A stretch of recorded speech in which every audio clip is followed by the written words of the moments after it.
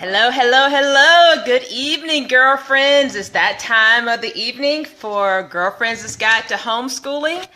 And we have a great guest this evening. I'm really privileged to have this tonight with someone that's dear to my heart. And I get to spend this time with you all while we have it. So we're going to get started right here. Very good. All right, when you all join in, hey Brittany, when you all join in, go ahead and let us know where you're coming from. There she is.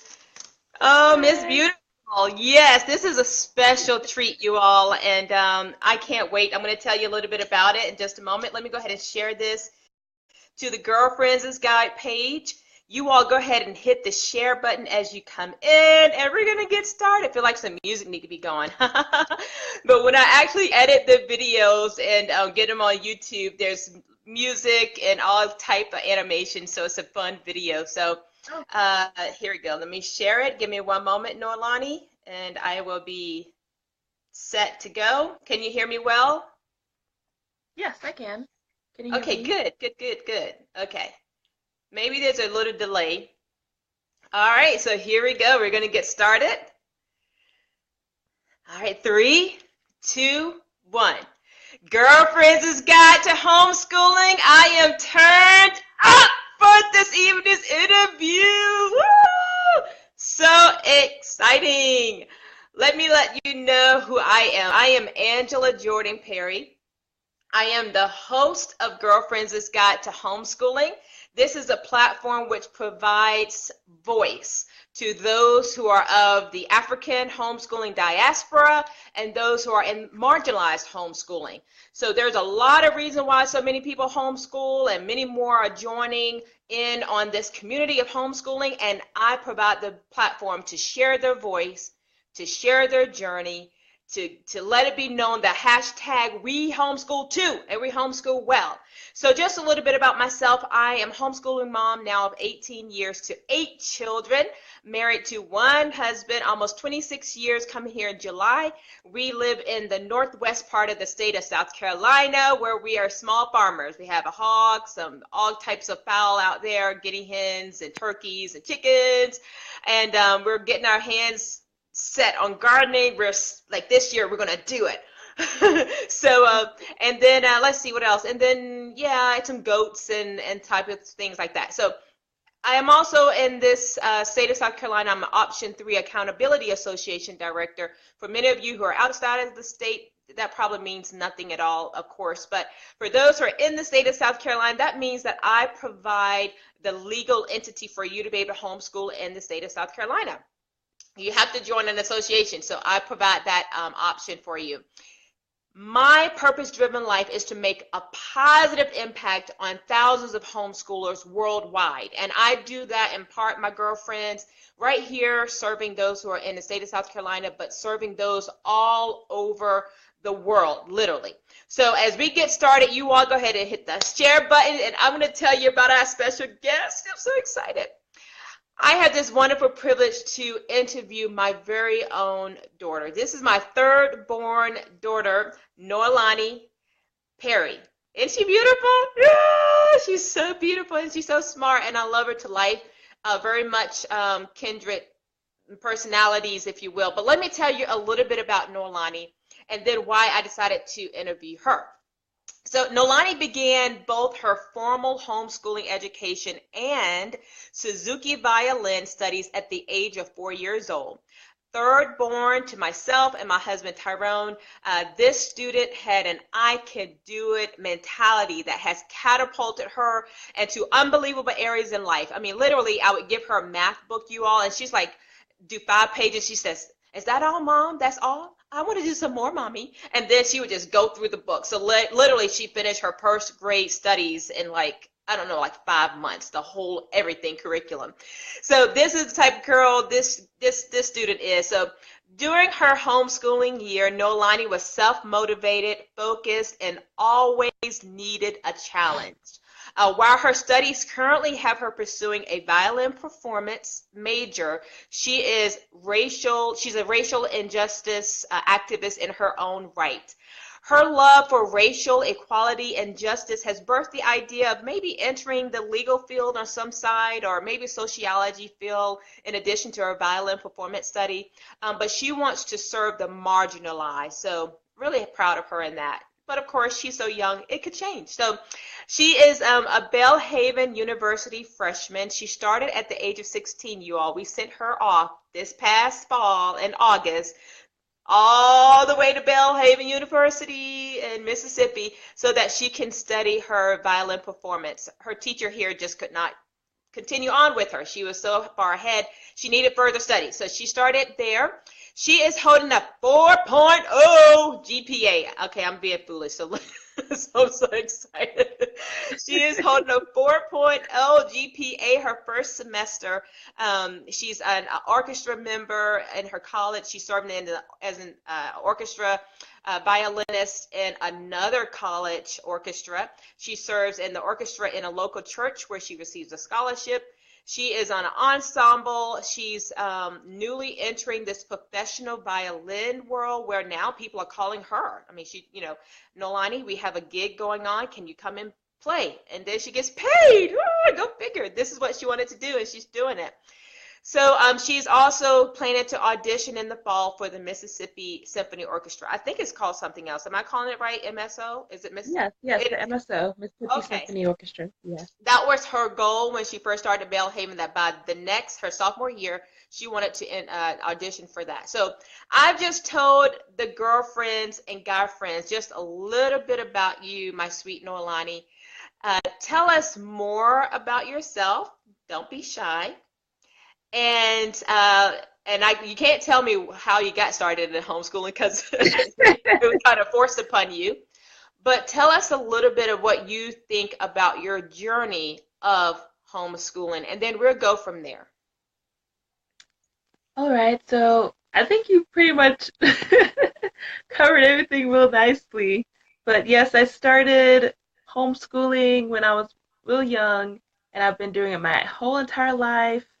And it's just like a huge privilege, I think, to be able to to be able to be homeschooled.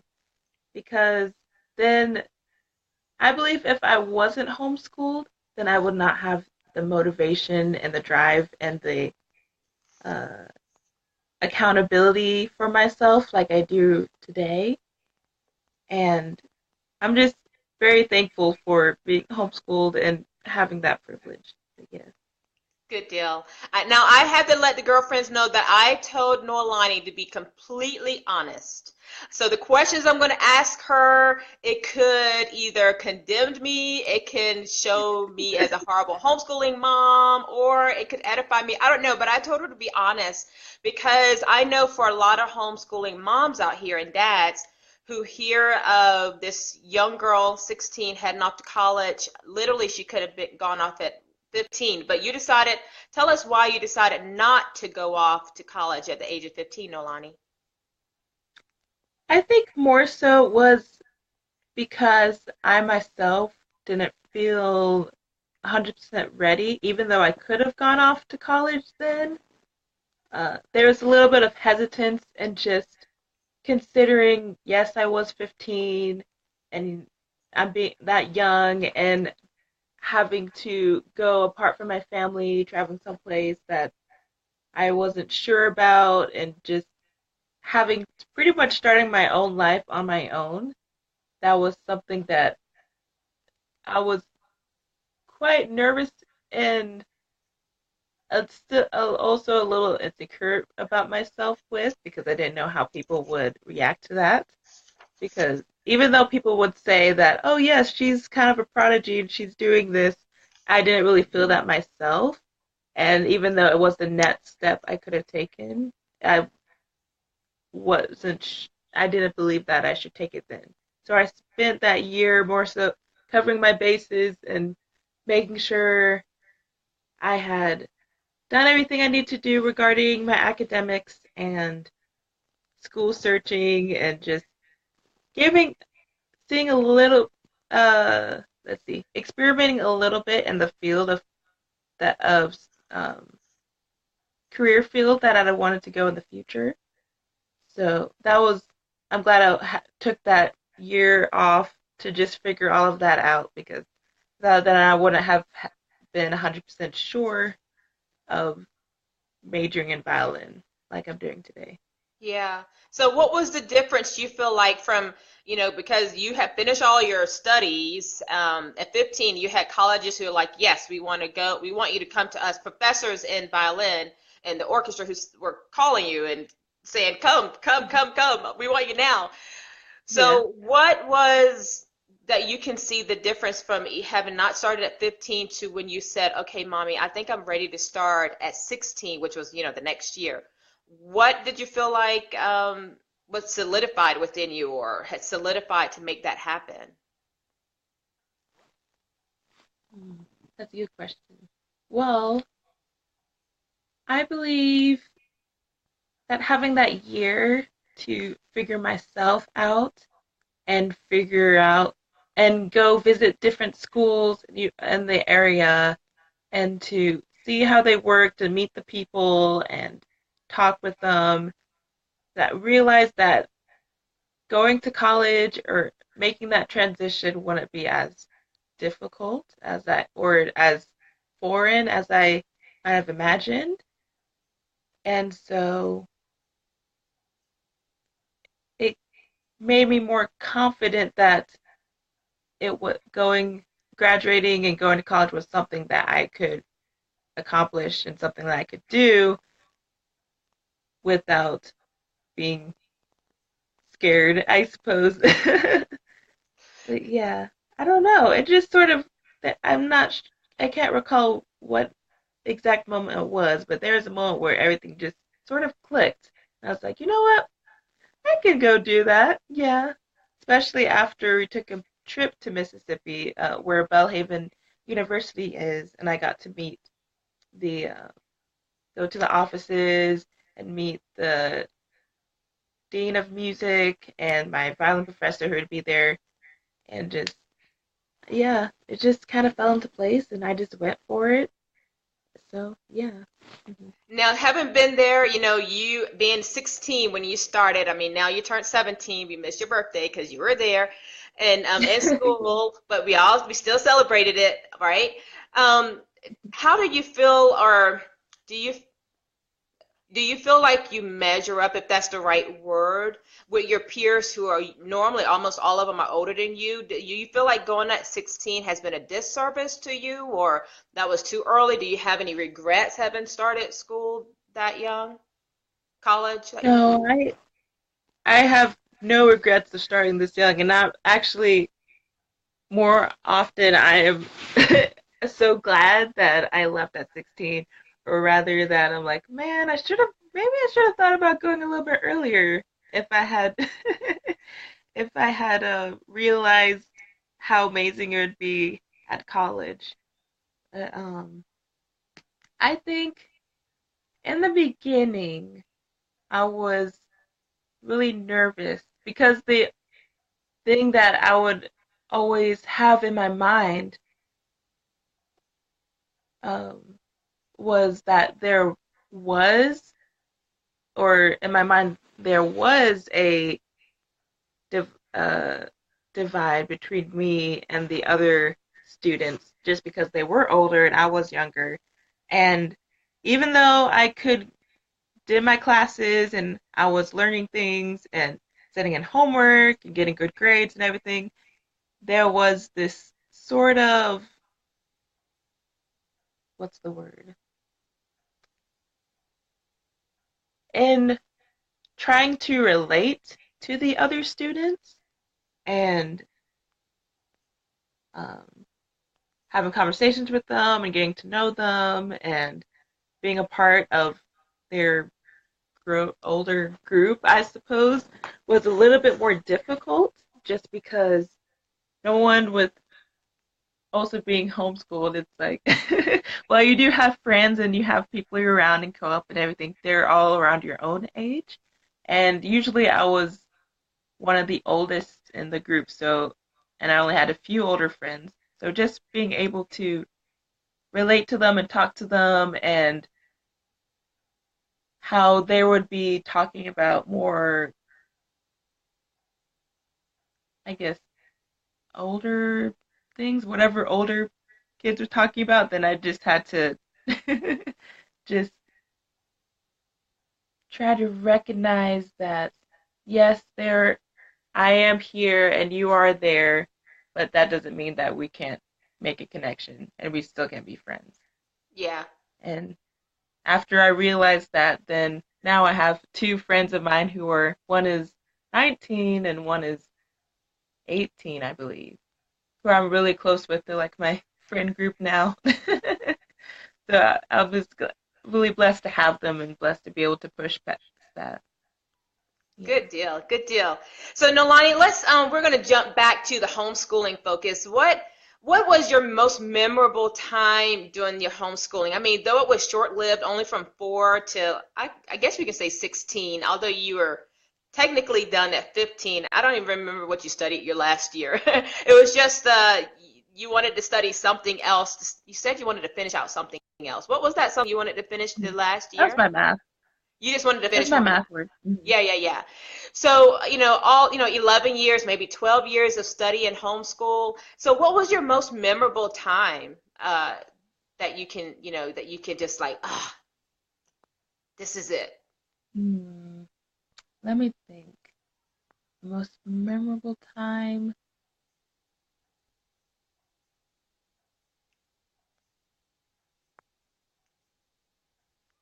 I think I'm not sure if it's the most memorable. Well, maybe the most memorable.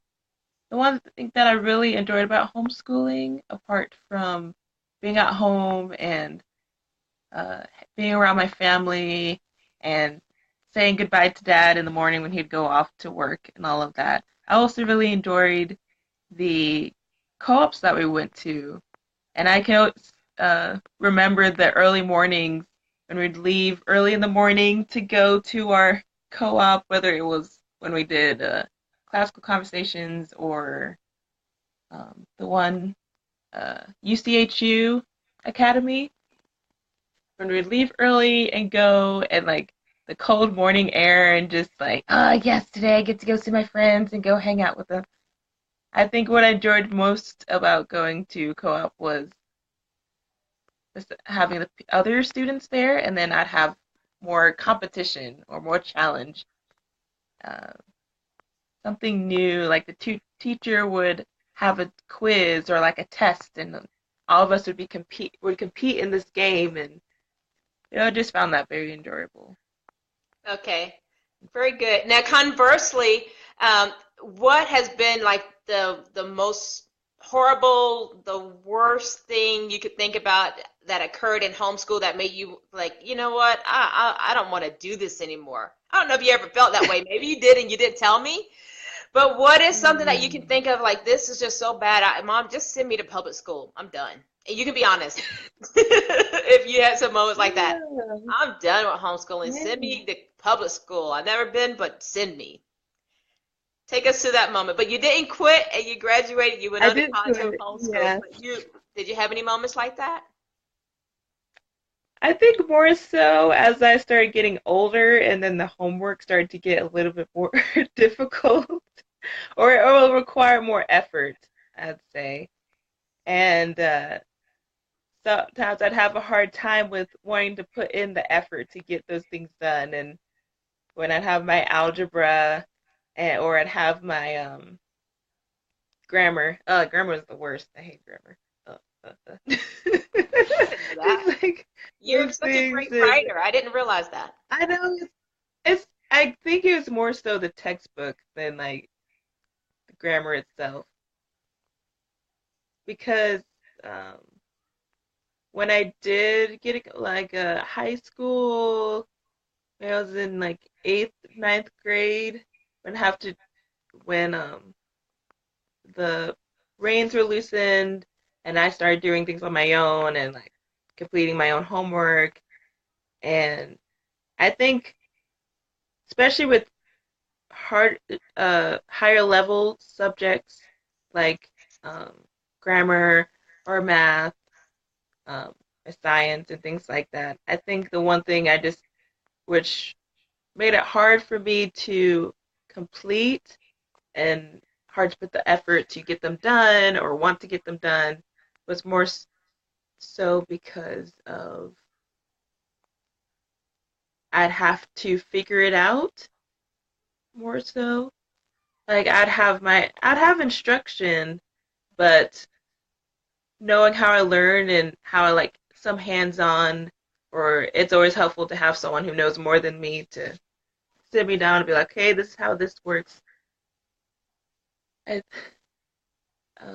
not having that as much in my high school years made it a lot more difficult. And so I'd have one of those moments where I would really be like, oh, I don't really want to do this anymore. I'm like, let's go do something else. Yeah. Let me go Yeah, look I at think that's the YouTube. other time. Yeah, I'll go look at YouTube or take my work to co-op or something like that. But yeah, I think that's the only time that I really felt that way. But I can't think of any specific or quite distinct moment in my homeschooling times that I felt that way. Oh, that's like really enjoyed homeschooling. I really enjoyed it. Well, let me let you all know, for those of you who are just joining in, this is an interview with my own daughter here on Girlfriends' Guide to Homeschooling, Noelani Perry, Noelani P. violinist. And for those of you who have just felt, joining in, she's a violin performing major at Belhaven University. Sent her off at 16. She was ready to go, really could have sent her off at 15. So we're getting to the honest truths here. I'm going to dig in a lot deeper and have her go to, tell some truths about things. But one of the things she's mentioned is when my kids get to the high school level, they really are becoming self-taught in all subjects. Really, I mean, in chemistry and stuff like that, you have other resources, online resources. But for the most part, I say, okay, this is it.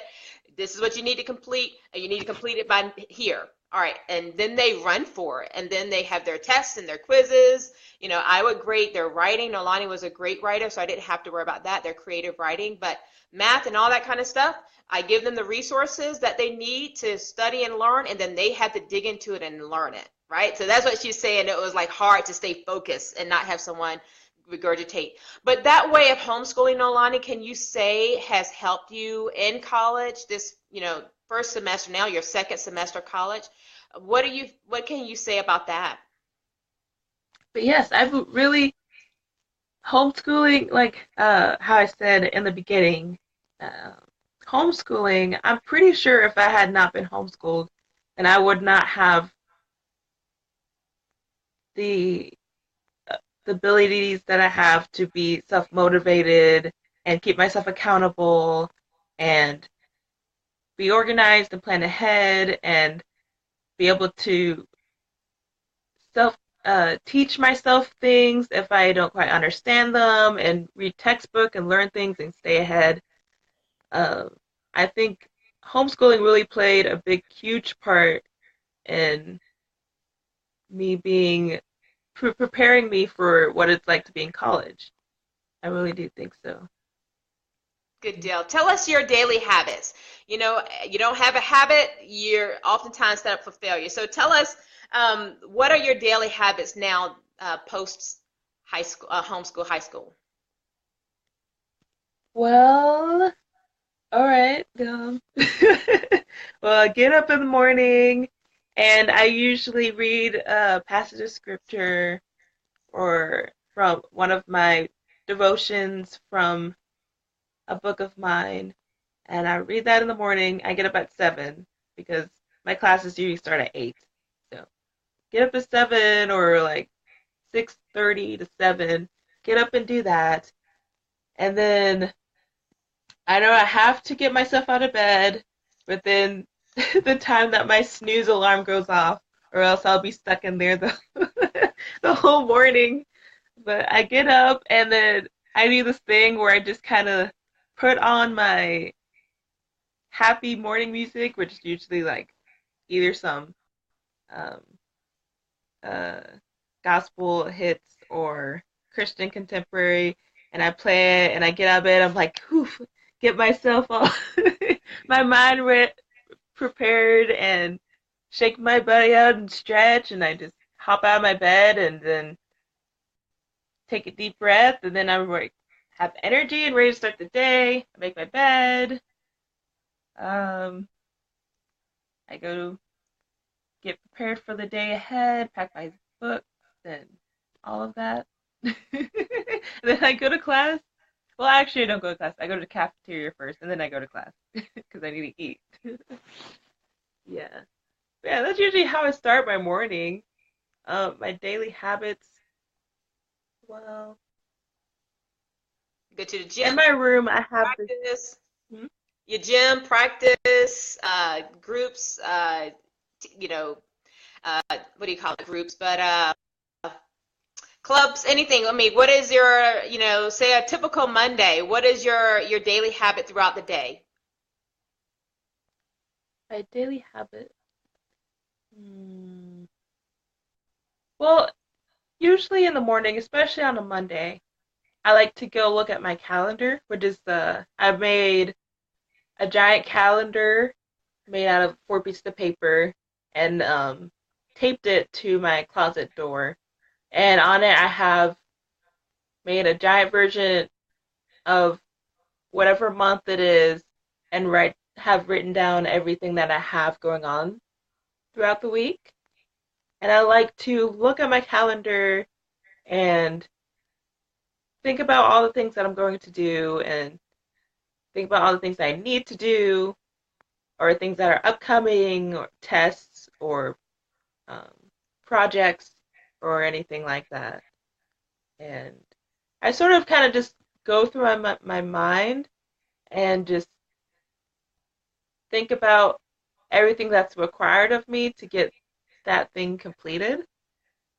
And sometimes I even usually like visualize it in my head and see myself doing that action so that I can be mentally preparing myself for what comes up ahead. But yeah, but usually, yeah.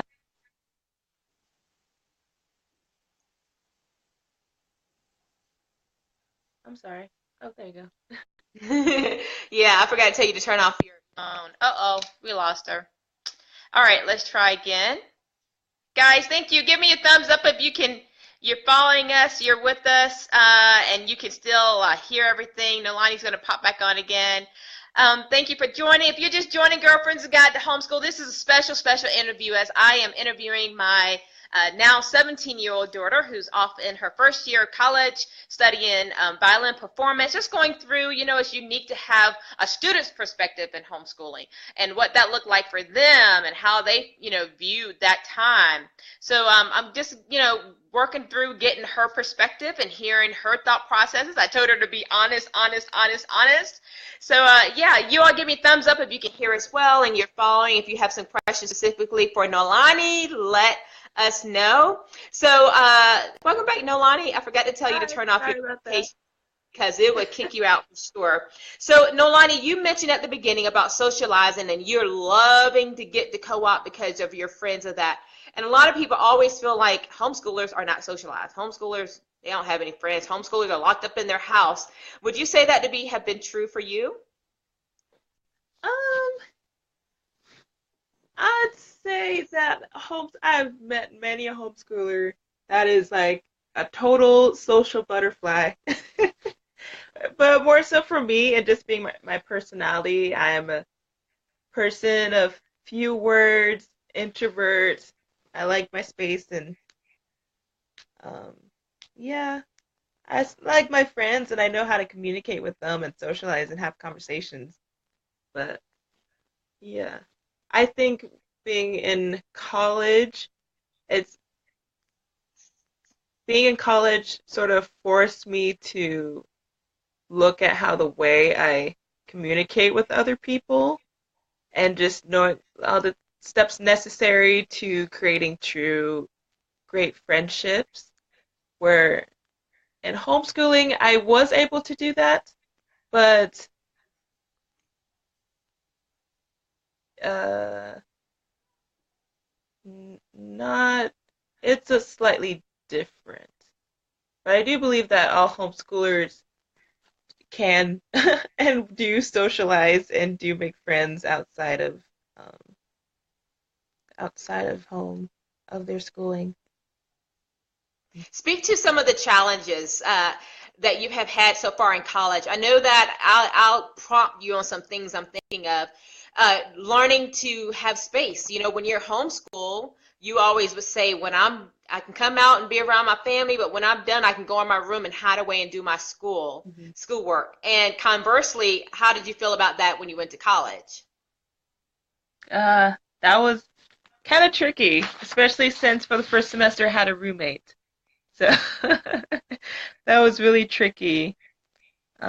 It took me a while to figure that out because after a long day of being out among people from the morning till in the evening, and then finally going back home, but then not having complete solitude and like 100% have my own space because I had a roommate, someone else was living with me. It was uh,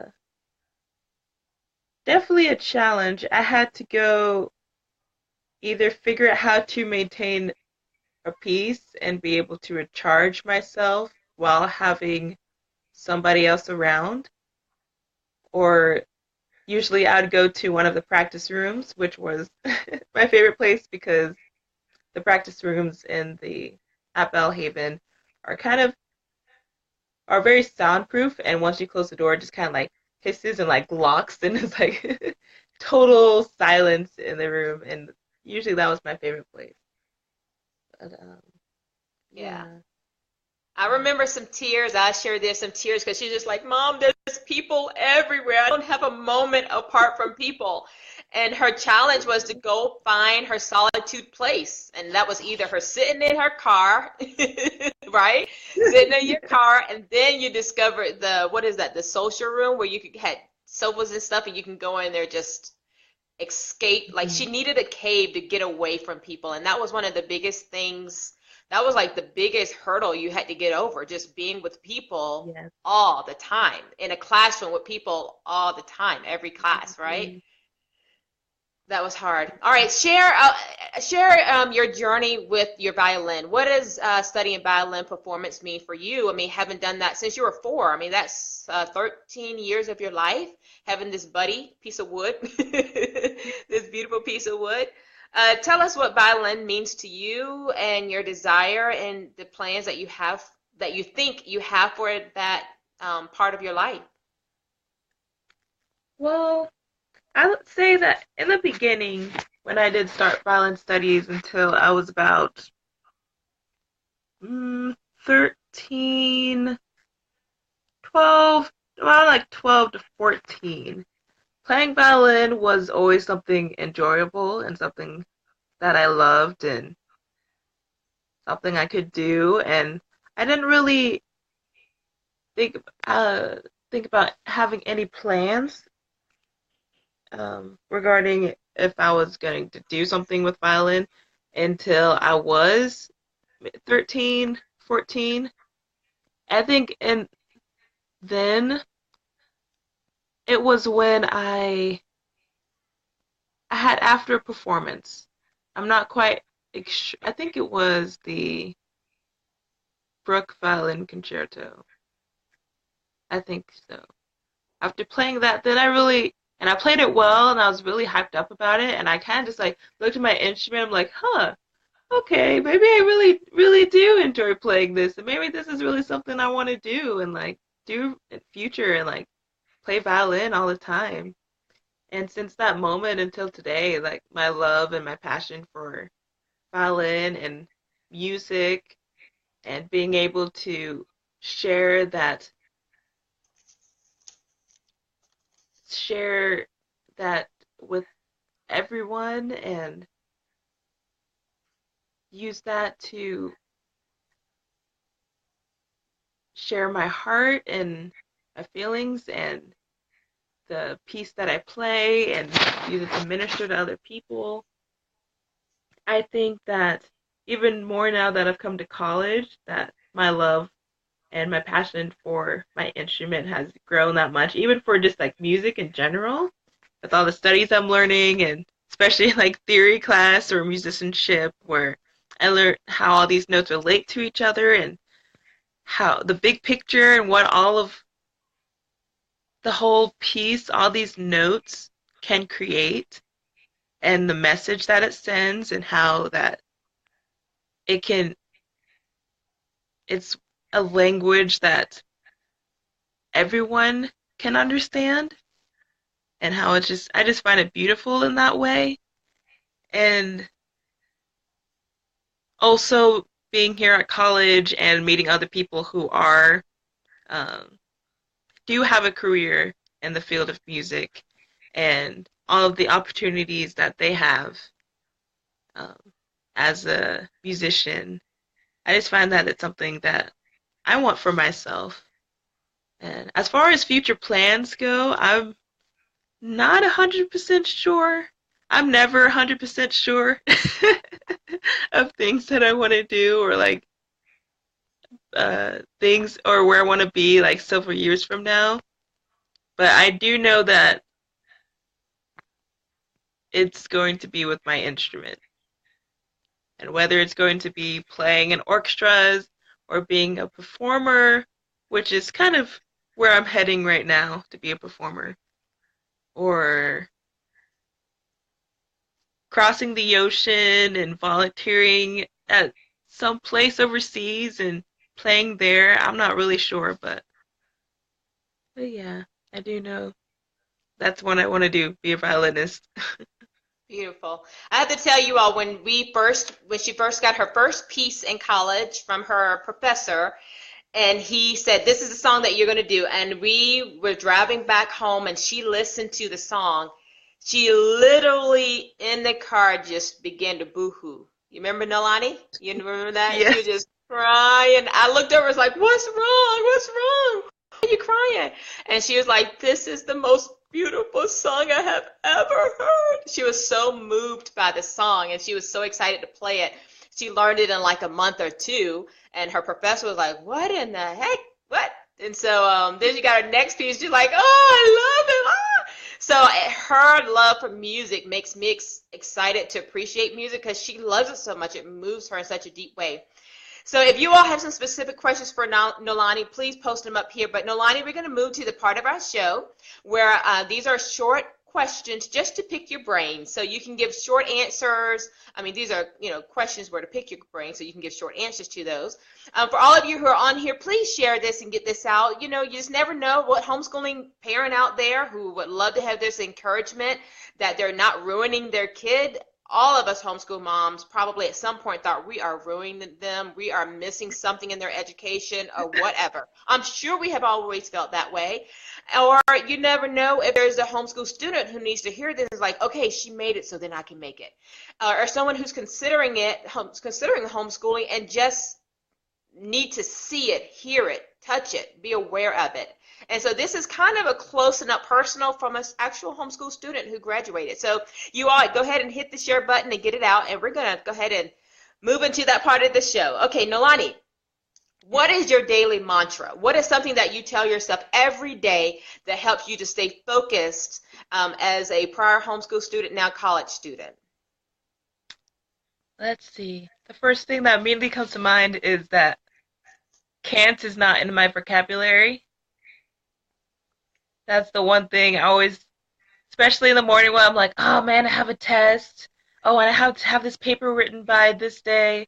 And oh my goodness, I have to do this and I have to learn this piece. Oh my goodness. And then my first response is, I can't do it. And I'll have to be like, no, no, no, no, no, no, no, no, no, no, no. Can is not in my vocabulary and something I can't do. Let's just take it step by step, one thing at a time. And it's just something I really want to embody, and just always realize that if I put the effort into accomplishing something or getting something done, if I strive for excellence and put in and the or just be the best I can at whatever challenge it may be, that whatever the result is, it's something I could be proud of. and that I will be proud of because I know that I didn't accept defeat and I just put the effort that's needed to get it done. Yeah, Good that's deal. my thing. Do you plan to homeschool your own children when, if the Lord should bless you with them one day? I like to think so. I kind of really, I sometimes have like pictures in my mind of like what my homeschooling would look like and what I would do. And a lot of it mirrors my own homeschooling experience. So I think I'd like to.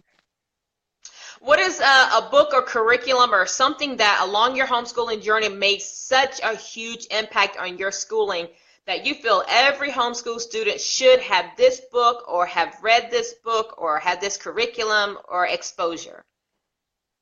Hmm.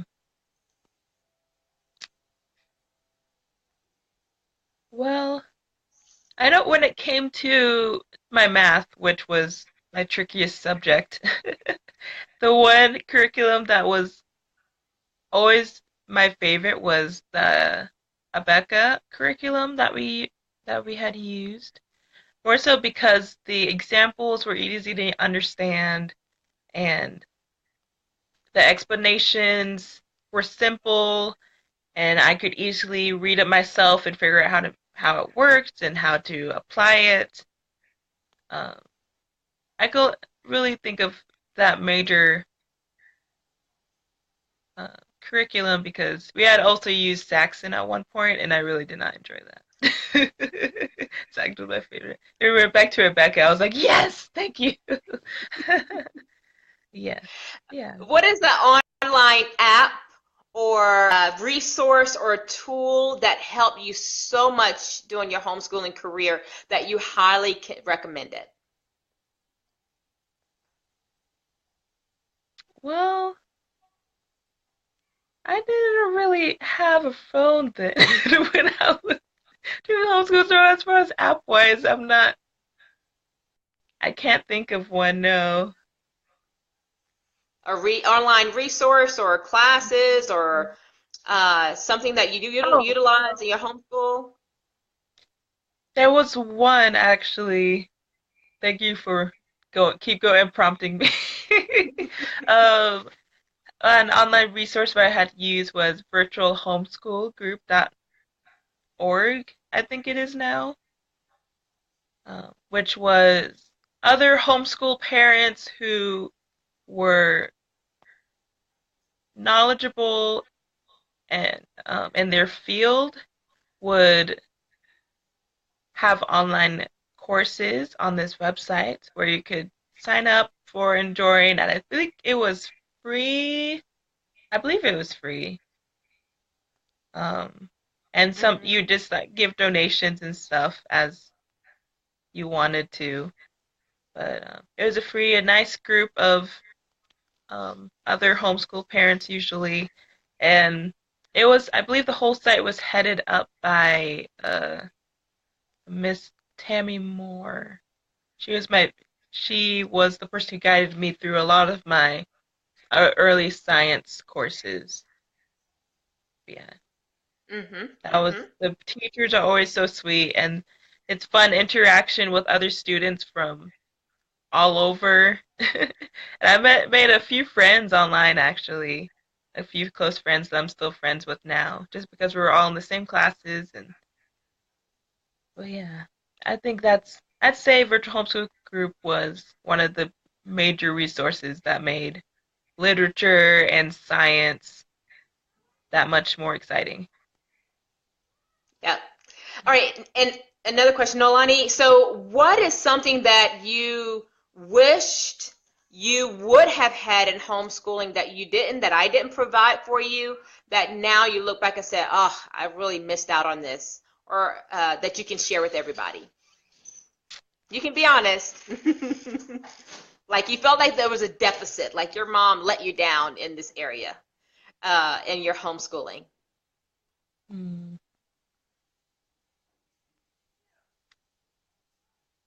Well,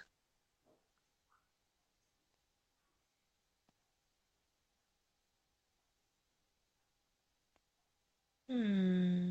That's a good question. Hmm. I'm not sure. I believe I know one of the things was that as I um was became started going to high school around that age, and where I had to do a few things for myself. I think, especially as I did get older, around like 10th, 11th grade, I sometimes would wish that your more attention would be given to me regarding like accountability wise. Like, oh, are you doing this thing? Okay, so what did you complete today? Or, okay, we have a test today. Here's what needs to be done. Things like that. Because I remember one part where I was looking at my math book. I, uh, I was just kind of looking at it like, man, I have to do 3 pages of math today, but I really don't want to do it. And I realized that I had opportunities where I could just be like, oh, well, I guess I'm not doing it today. I'll just do it tomorrow. And then I just feel like, man, I wish my mom was here. So I would be forced to just like not even consider this as an option to just skip out on doing what I need to do. Because, yeah, I think it is great that parents of homeschool students do loosen the reins and allow their child to teach themselves and get things done themselves and learn how to be accountable for themselves. But I believe it's how you do it, where you just ease them off just a little bit at a time. Because I think some moments I felt that it was just like, oh, well, the reins are gone. Well, I guess I'm doing this. Gonna complete this on my own. And, but yeah. But it was a great learning experience for me, but I wish that the supervising hadn't gone away that fast. You know? I think that's the only thing that really sticks out to me. Okay, I remember that for your other five siblings. Okay, I try and remember that. Don't totally be like, okay, here you go, out of here. All right, Noelani, we're on the last question. We're on the last question, the $1,000,000 question. Are you ready? I think so. Yes, yes, I am. All right.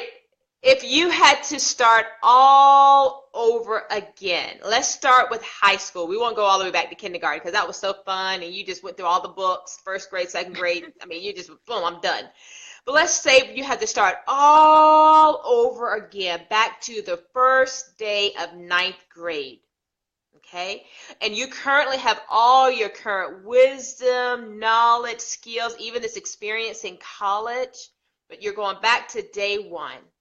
What would be the main things you would bring focus to or change or implement or make sure you do in this new homeschooling journey that will help you to be who you are, where you are now?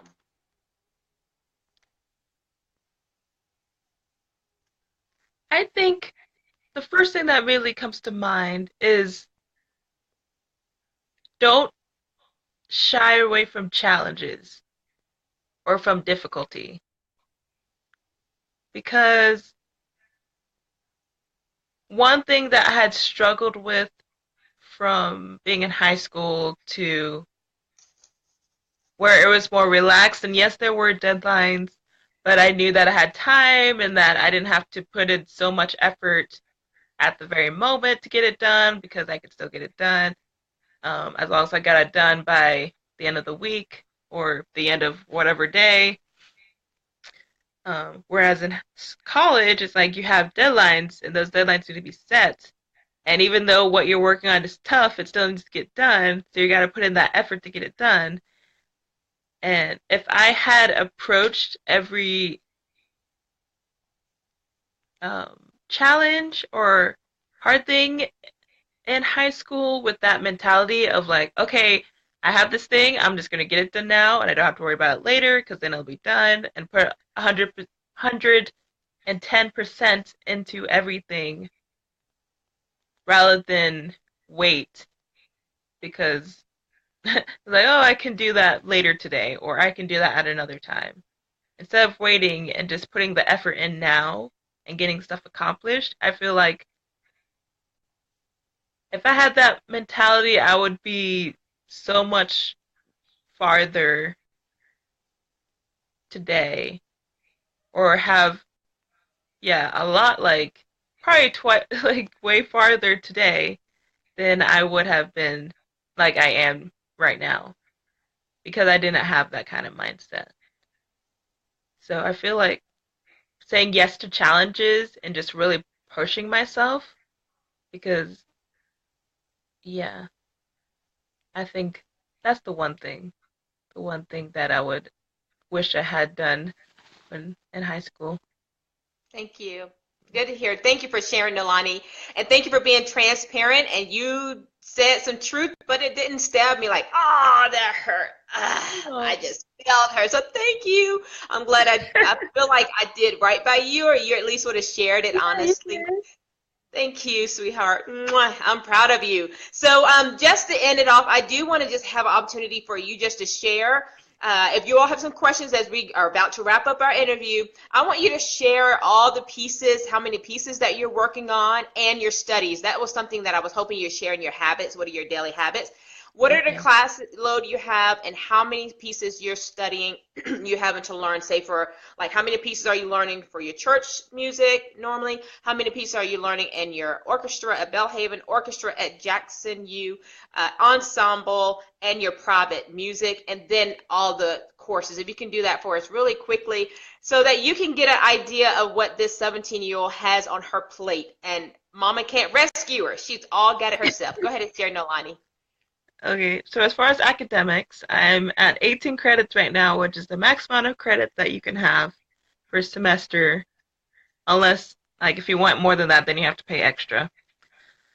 But I'm still going through my college basics, which is like English. I'm at English 2 now, and I have my New Testament class. Let's see. I think those may be the only college basics I'm doing this semester, I believe. Then the rest are just music classes, like music theory. I'm in music theory 2, musicianship 2, uh, string pedagogy. Let's see. Man, I'll think through my What is schedule. piano? What is the piano? What is piano? Oh, piano fundamentals 3, doing that. Um, for my piano class, I have to take proficiencies at the end of this class, because this is the final fundamentals class. I have to take proficiencies to see that if I've learned and if I am at a level where if I do teach students, I'll be able to accompany them without much difficulty. So I've already completed 3 of the 10, which I did in Piano Fundamentals 2 because I could. Because I already had some piano background. I had a piano background, so it wasn't that hard. And then for those are my classes. Those are all the ones I can think of. I think I covered all of them. But for my school orchestra, we're learning 2 pieces currently. One is the one by Liszt, and the other one is by Dvorak. Usually we have three or four, I believe, or at least longer works. But since this spring semester, they usually have the all-state concert right afterwards, so they can't use up all the time for orchestra. Uh, Personally, I have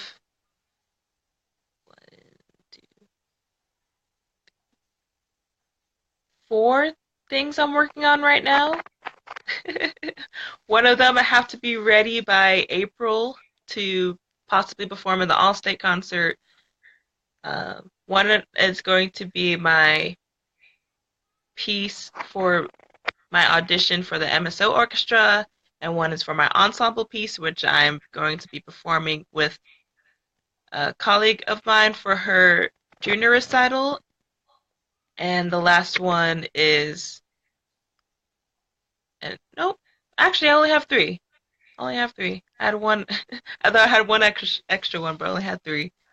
Um, and then for Jackson State, the one I'm doing at the other orchestra, currently learning three different pieces right now.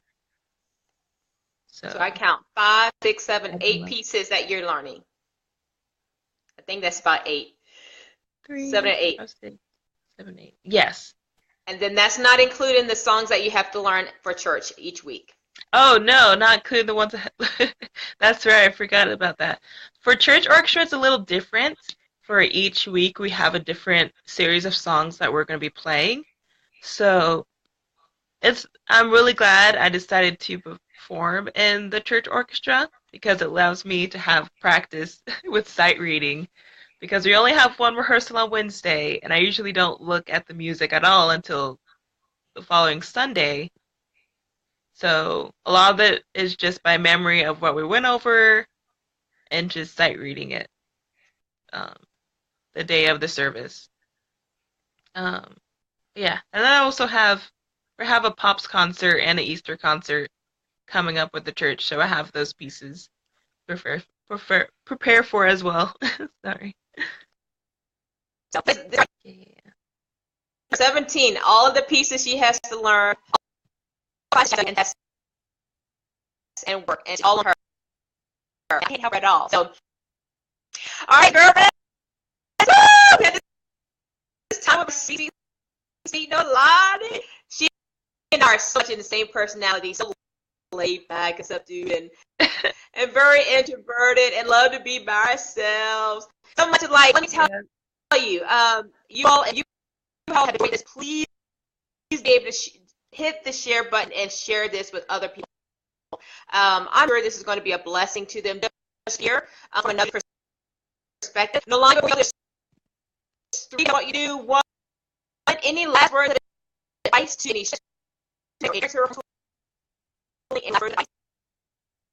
and then number 2, if you would like to also give people opportunity to get in contact with you, they have some questions, anything like that. And if you have anything that you want to know about,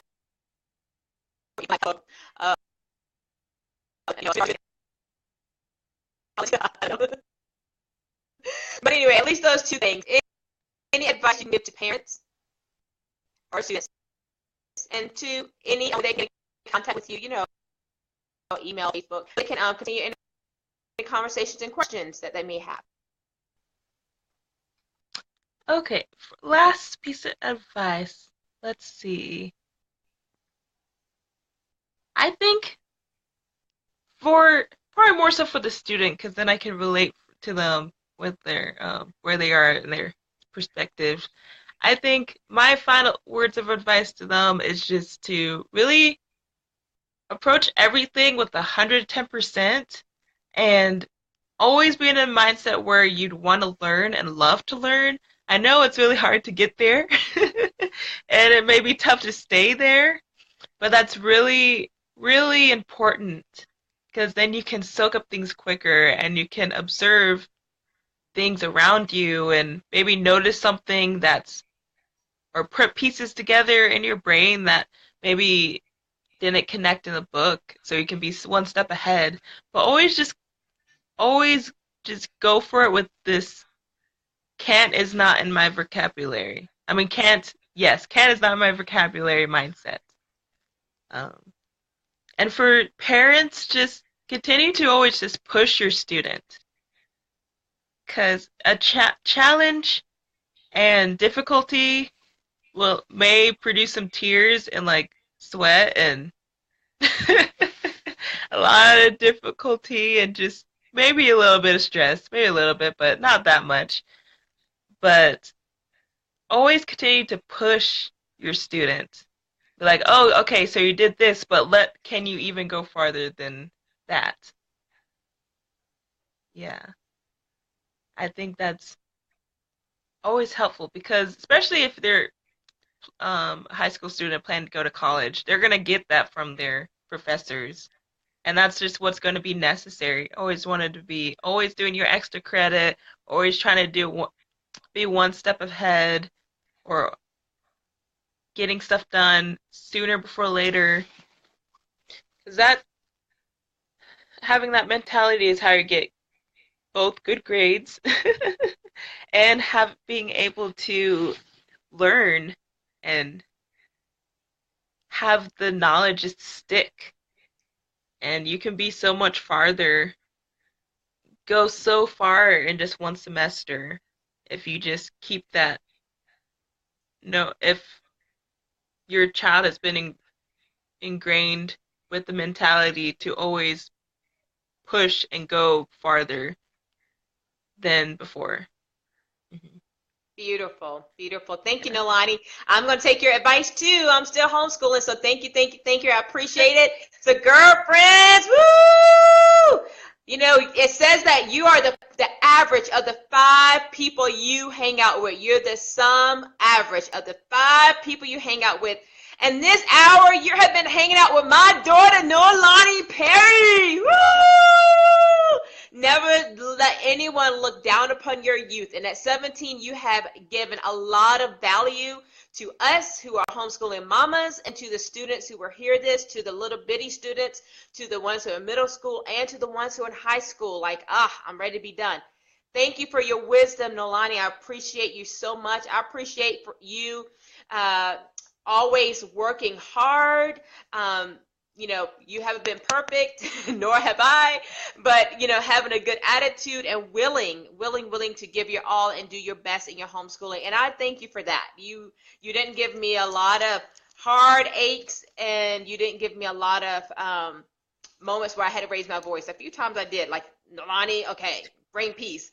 But I really appreciate you for spending up your time and having this interview with me today and sharing your wisdom and your knowledge, your insights, your transparency with us who are here today. So I appreciate you so much. I love you always. I love you. I like you forever, love you for always, and as long as you're living, my baby you will be. And I just want you to know that I love you, my dear heart. And for all of you yes, for all of you homeschooling mamas out there, remember that to teach a child is to touch a life. And as we homeschool, we not only touch a life, we shape the future through our efforts of homeschooling. What a daunting privilege. But so keep making a positive impact day after day and year after year in all your homeschooling endeavors. You can do it. And you'll look back on it and you'll be, hey, your kids have graduated and finished homeschool. It'll happen like that, just like that. So stay in there, stay encouraged, stay focused, and don't give up. And like Noelani told you, you know, challenge your students. If they learn to one level, push them a little further to the next. They won't die. There may be tears and stress, but they can do it, she said. If they go on to college, they're going to get that anyway. So you all, thank you so much for joining us. And you all be sure to go over to Girlfriends' Guide to Homeschooling and like the Facebook page. Go over to YouTube, Girlfriends' Guide to Homeschooling there. And be sure to follow, subscribe, and follow us there. And then go to anchor.fm and favorite our page, favorite our podcast, where I try to do daily have girlfriend chats with the homeschool mom, where we just chat about, you know, just girlfriend stuff. Mama stuff, homeschool stuff, nothing in particular, just connecting. So until then, thank you for joining, and look forward to our next interviews together. You all be blessed. Thank you. Thank you, Noelani. I love you so much. Thank you. Bye, girlfriends.